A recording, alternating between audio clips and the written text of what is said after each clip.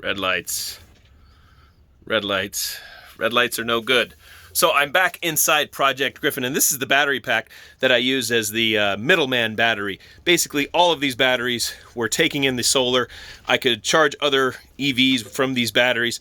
And what happened was, when it was stored inside, indoors, not in the sunlight, in the factory that the truck was built in Kansas City, the security system was still on.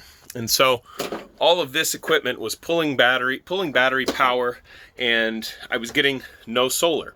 So what happened was all of these batteries basically looked like these, and the lights are completely out. So they were completely drained all the way to zero. And now I've been charging them one by one, but what I did here was I charged all 5 of these, put it to back to 12 volts, so they're just in series, not in, or in parallel, excuse me, not in series, to 12 volts, and I charged all of them. And then once I disconnect each one and charge them one at a time, lo and behold, what happens is they go back to, I think this one's charged, if not, that one's charged. They go back to blinking green. So you can bring them back to life. It's one of the problems is this little charger. Yep, see, that one just blinked green. The little charger I have off of online here, it's not a Valence approved charger, but this company has since changed names. These batteries are 10 years old, but it's basically, if you can read here, 14.6 volt, 20 amp. I'm trying to get my camera to focus. 14.6 volt, 20 amp charger. So we're going to go back to charging each of these one by one to bring them back, to get them back up. We'll start with this one over here in the corner, just for a good good metric. And I've also been tracking with, oh, it's a mess in here right now. So I haven't been in the truck very much since I was kind of stuck in it. And so now I'm just sort of getting back to work inside it. So I've put 2.13 kilowatt hours into these batteries, plus 2 other ones that I've brought back one at a time with this little guy. And so we'll just hook up this battery really quickly just to show you how that works. It's really easy with the cables. We can plug the negative on first, and we'll have this guy is plugged in, so that's showing that our battery charger is live, ready to go. We'll put it on the ground before we connect it for safety, so that everything stays disconnected from any other devices. And what you'll see here, sorry this is taking so long, maybe I'll go back and edit this, probably not. I'm learning that I'm much better in the live stream arena than trying to create amazing edited videos. Whoop, you saw that little spark there. And boom, the cooling fan comes on. 2 red lights is the signal for charging. And lo and behold, it's coming back to life. So this battery, I haven't touched it. There hasn't been any power to it for months. And now it goes into Christmas mode.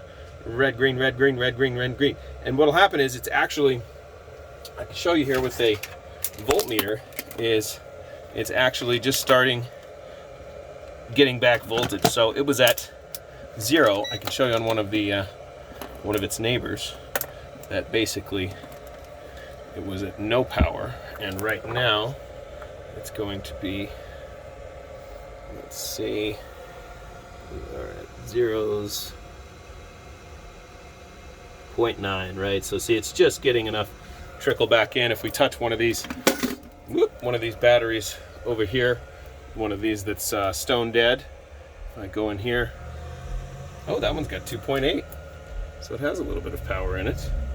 This one next to it, 2.8. So see, they're not completely drained, which is good. And let's try this one again.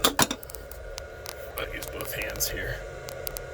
Yeah, so now we're at 10 volts.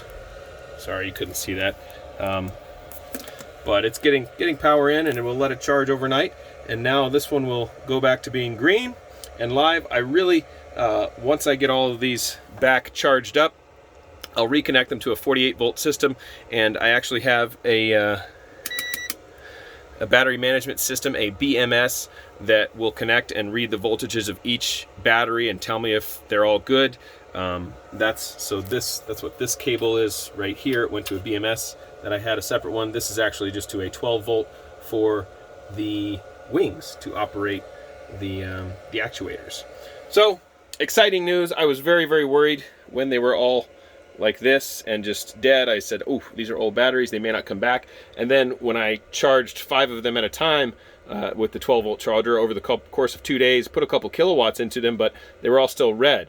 And I said, oh no, none of them are going to be live anymore. They're not going to be good batteries. But what happens is if you pull them off one at a time and let them trickle charge, put another kilowatt into each one and bring them back up, they will come back. And actually I'll show you the voltage on this one. That is green, or should blink green here in a moment.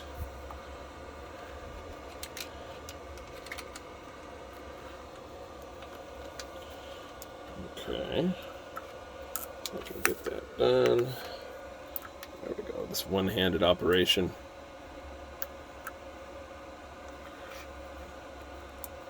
As you can see, very, very technically savvy. Just test battery voltage with one hand.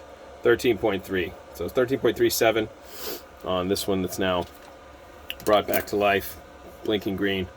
We're going to do that for all of them, reconnect everything, and have Griff back up and running.